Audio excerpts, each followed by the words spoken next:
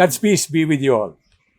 In his third prediction of his passion, as we read in Matthew 20, verses 18 to 19, Jesus said to his disciples, "The Son of Man will be handed over to the chief priests and the scribes, and they will condemn him to death and hand him over to the Gentiles, to be mocked and scourged and crucified."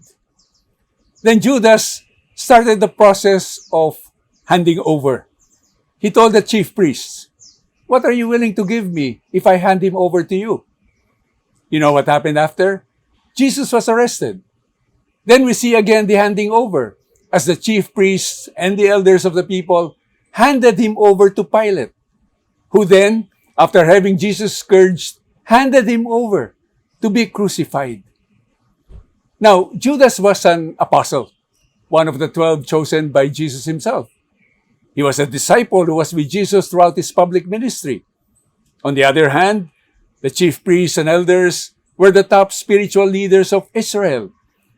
So one was in Jesus' inner circle and core group, while the others were the spiritual authorities of the Jewish faith. But they betrayed Jesus and handed him over. How about us? If we are asked if we would ever betray Jesus, we would firmly say that we would never betray our Lord. We would even take offense that we are asked. But are you sure? Let us understand what betrayal of Jesus is about.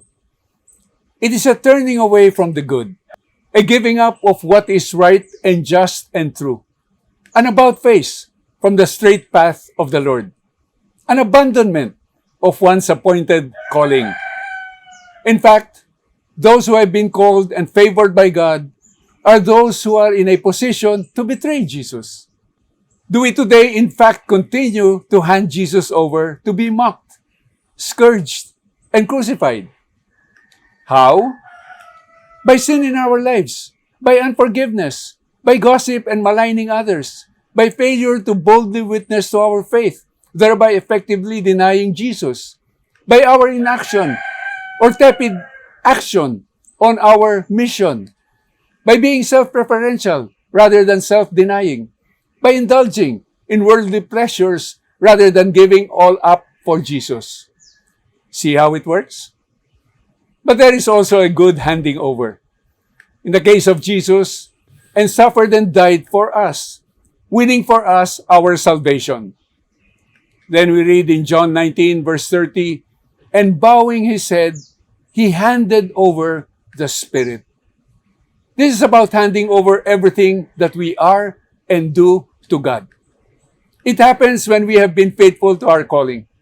It is when we have accomplished the task given us. It is when we have given our all, even our very lives. It is precisely not betraying Jesus, but rather following him to the end. For a Christian who does the will of God, we will be handed over to those of the world. And we can expect to be oppressed and persecuted.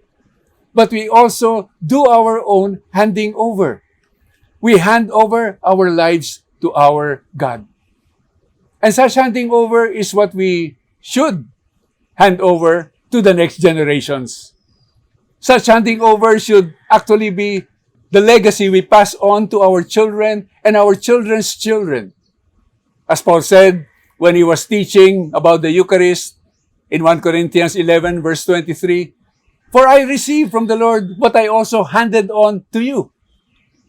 Whatever we receive from Jesus, we hand over to others.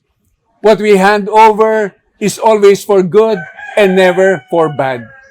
What we hand over is Jesus. Therefore, our spirit, the very Spirit of God in us, lives on. God bless you all.